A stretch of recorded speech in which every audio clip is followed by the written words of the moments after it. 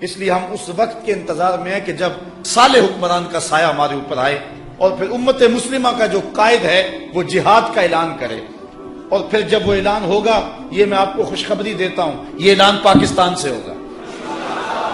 جو حضور نے غزوہ ہند کی بشارت دی ہے، اس جنگ اسلام کا جس کو حضور نے غزوہ ہند کہا، اور پھر یہ بھی لطف کی بات ہے، میں نے 1 سال قبل فیصل آباد میں گفتگو کر رہا تھا تو مجھے ایک نوجوان نے کھڑے ہو کے کہا کہ غزوہ تو وہ ہوتا ہے کہ جس میں حضور شریک ہوتے ہیں، جس میں حضور شریک نہیں ہوتے وہ غزوہ نہیں ہوتا، وہ سریہ ہوتا ہے۔ اور آپ نے کہا کہ غزوہ ہند، میں نے کہا حدیثوں میں بھی غزوہ آیا ہے، اس لیے میں غزوہ کہہ رہا ہوں، لیکن جو آپ کا سوال ہے میں اس کا بھی جواب دیتا ہوں۔ میں نے کہا کہ غزوہ وہ ہوتا ہے جس میں حضور شریک ہوں، تو جو قرب قیامت میں پاکستان سے لوگ اٹھ کے جنگ کریں گے وہ غزوہ اس لیے ہوگا کہ حضور اس میں شریک ہوں گے، حضور اس میں شریک ہوں گے۔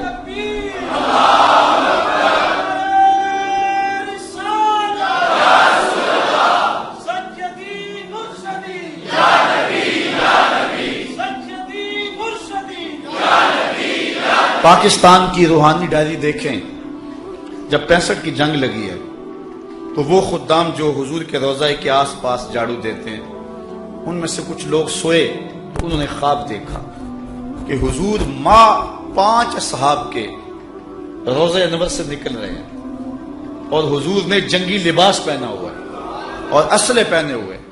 انہوں نے کہا ہمارے ماں باپ آپ پہ قربان ہوں، حضور آپ اس وقت جنگی لباس میں کہاں جا رہے ہیں، رات کا موقع ہے۔ تو حضور علیہ السلام نے فرمایا کہ پاکستان پہ ہندوستان نے حملہ کر دیا ہے، میں ان کی مدد کو جا رہا ہوں۔ اور پھر پاکستان کی نہیں دنیا کی عسکری تاریخ کا یہ عجوبہ ہے کہ صرف 30 سیکنڈ کے اندر ہم نے انڈیا کے 3 جہاز گرائے تھے، 3 منٹوں میں نہیں، صرف 30 سیکنڈ کے اندر، آدھے منٹ میں ہم نے انڈیا کے 3 جہاز مار گرائے تھے۔ مجھے بتاؤ کہ یہ کسی جدید ٹیکنالوجی کا کمال تھا یا محمد عربی کی تائید کا کمال تھا؟ یہ پاکستان کی تاریخ ہے، یہ پاکستان کی روحانی ڈائری ہے۔ حضور علیہ السلام نے 65 میں ہماری مدد کی، اور جب غزوہ ہند ہوگا اس وقت بھی حضور کی تائید ہمیں حاصل ہوگی، اور یہاں سے حریت کے قافلے نکلیں گے، اور پھر وہ پہلے دہلی کو کیپچر کریں گے، اس کے بعد جو ہے وہ جو دوسرا گروہ ہے جو مسلمانوں کے ساتھ ہندوستان کے لوگوں کے ساتھ ملے گا وہ ترک گروہ ہوگا، ترکی ساتھ ملیں گے، اور پھر یہ دونوں فوجیں اکٹھی ہو کر کے بیت المقدس پہ اسلام کا جھنڈا گاڑیں گے، اور پھر وہ وقت آئے گا کہ کافر چھپنے کے لیے جگہ تلاش کریں گے تو انہیں جگہ ہی نہیں ملے گی۔ آج تو ہم رسوا ہو رہے ہیں نا، پھر وہ وقت بھی آئے گا کہ جھنڈا ہمارے ہاتھ میں ہوگا، ایٹم بم ہمارے ہاتھ میں ہوگا، میزائل ہمارے ہاتھ میں ہوں گے، پھر ورلڈ آرڈر بھی ہمارا ہی چلے گا۔ پھر دنیا کے اوپر اگر کوئی جھنڈا اونچا ہوگا تو وہ میرے محمد کا ہی اونچا ہوگا۔ انشاءاللہ وہ وقت دور نہیں ہے، وہ آنے والا ہے۔ اگر آپ دنیا کے 56 57 58 اسلامی ممالک کا اس وقت تجزیہ کریں تو اس وقت دنیا کے اوپر اگر کوئی فوجی پاور تو وہ 2 ہی ملک ہیں، ایک ترکی اور ایک پاکستان، باقیوں کی جو آرمی ہے وہ نہ ہونے کے برابر ہے۔ اور حضور علیہ السلام نے جو بشارت دی تھی کہ ہندوستان سے لوگ اٹھیں گے پھر ترک کے مجاہد ساتھ شامل ہوں گے، یہ پاکستان آرمی نے انشاءاللہ ہماری مدد کے ساتھ آگے بڑھنا ہے۔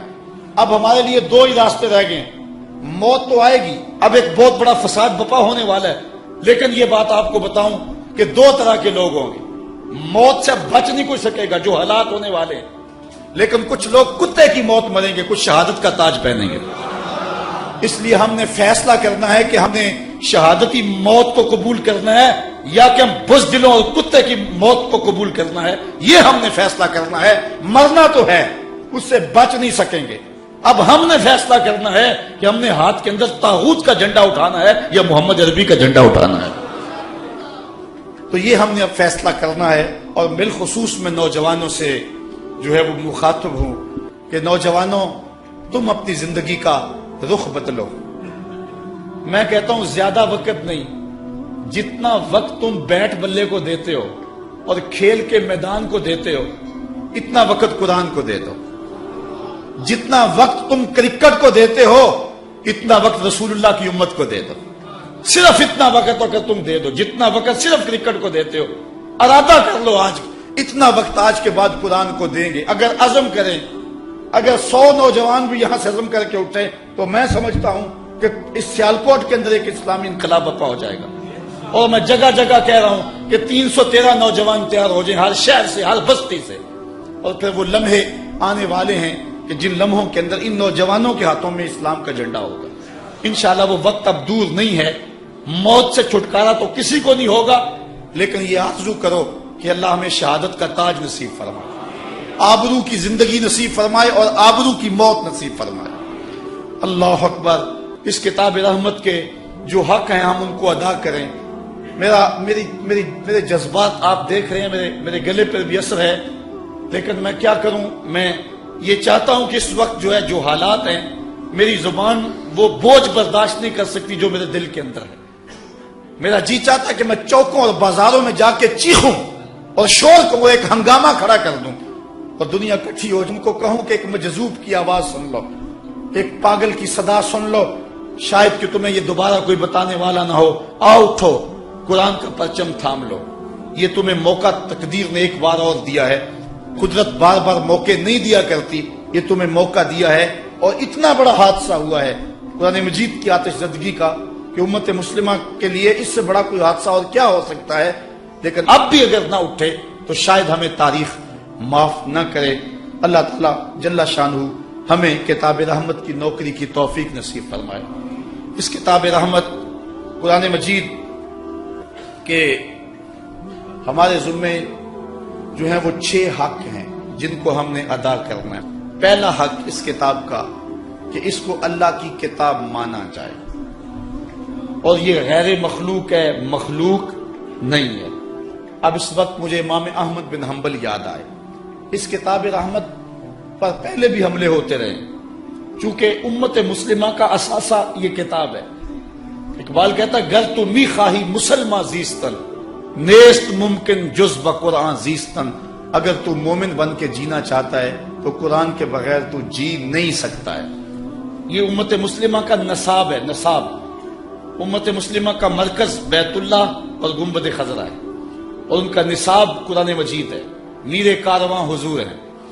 اس لیے ہدایت کے ان چشموں کو اوباما نے کہا تھا کہ ہم جو ہے وہ مکے اور مدینے 2 بستیوں کو مٹا دیں تو دنیا پر امن قائم ہو سکتا ہے.